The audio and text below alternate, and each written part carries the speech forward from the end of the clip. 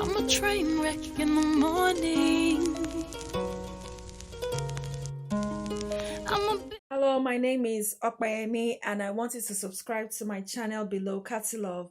If you like my wig, you can get it on the link below, or if you like my top, you can also get it to the link below.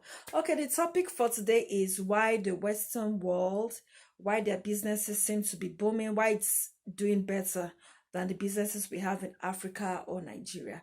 Of course, for obvious reasons, I don't want to mention, like, apart from the electricity and the insecurity issues, there are so many things that is responsible for businesses or restaurants, or so many things that make their businesses flourish here compared to Nigeria, which I observed that we don't have in Nigeria.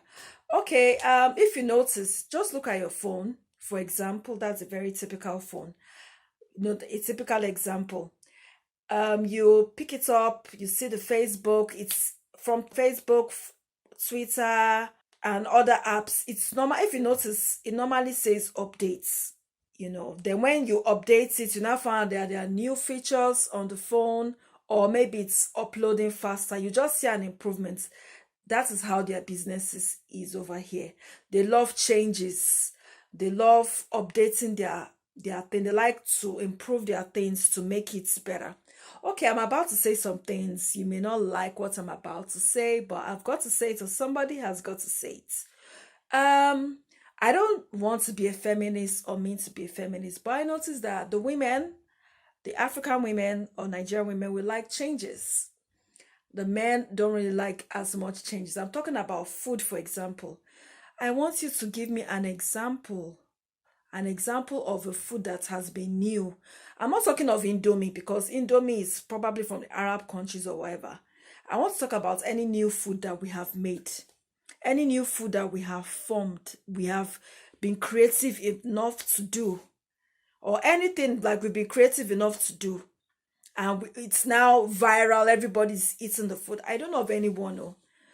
I don't think semolina has probably been there, or semovita, before I was born. I'm not sure. But the only thing I know is probably Zobo. And maybe that one came out in early 2000. And I may be wrong, but please, if you can tell me about a new food that we have made that went viral, that the whole Nigerians are eating right now, please tell me. You can show it on the link below. Okay, just tell me. Yeah, then I'll be able to reply.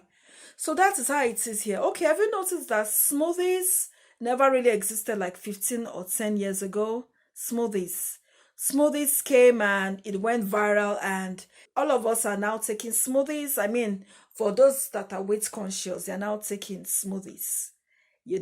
So that's just it. So we are not, so we like, so all the food that our forefathers, amala, eba, everything that our forefathers, they've passed on to us. That's what we are still doing. We haven't done anything new. And I think our women we try to be new, but we try to do things that are new, but the men kind of suppress us. And for peace to reign, or for marriage to reign, or whatever, we just have to go with the flow. We just have to go with the flow, but we are not creative enough. We have to form things. Okay, yeah. Then I noticed that my little retail experience is that in Nigeria and Africa, because of the unemployment, or because of, poverty, there's lots of hawkers. There are hawkers, children having plantains on their head, or they're selling bread, carrying pure water from one place to the other. Then there are kiosks scattered almost everywhere. If you notice, there are tiny shops scattered almost everywhere. In the Western world, it's not really like that. You don't see any hawkers carrying food on their head. You don't see like kiosks everywhere, like scattered everywhere. They're normally like one or two shops, maybe in a street. I think it's done so that it makes everywhere look more organized. It makes everywhere look more cleaner. And I've noticed that when you don't see hawkers, around, and you don't see kiosk everywhere, I found that more people flow to the shops, more customers, more, yeah, it sells more. But by the time you have a kiosk nearby, you have hawkers nearby, number one, they don't have as much customers coming to the shop to patronize you or patronize your business. So the government has a lot of role to play, and it's due to poverty and all that people must survive. So the government has a lot of role to play to stop hawking, to stop kiosk in every place like that. Anything that has to do with shops or anything, food, any business, just don't just let it be too crowded. Let it just be like one in a street, one in two streets, so that more people can be patronizing and it's going to sell more. Then another thing is that it's like I've noticed that there is marketing. Like there are marketers. There is competition in businesses here. They kind of go from one, that I may not see the marketers with my eyes, but I notice that they kind of go from one place to the other. They kind of go from one business or one restaurant to the other. They try to see what food is in vogue, what business is in vogue, and they will impute it into the shop. Or else, if they don't do it, they'll be phased out of the competition.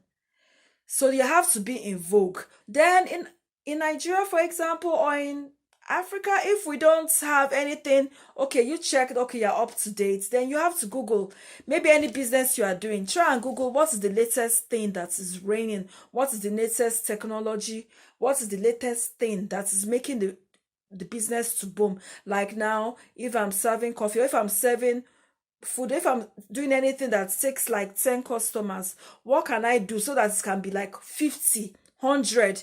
If it's a machine, if it's a kind of machinery you have to buy to expand, all well and good, do it.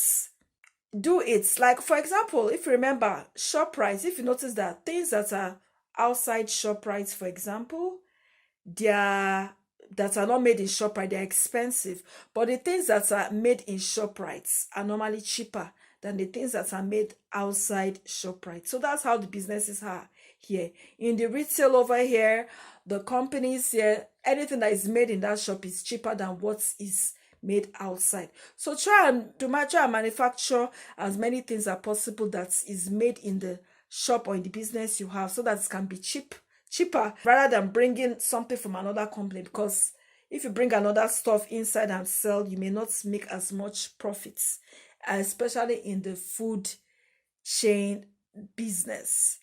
And what other thing again do I want to say? Anytime there's a public holiday, maybe like any special occasion like Valentine's Day, any public holiday, they try to make their cakes, their donuts.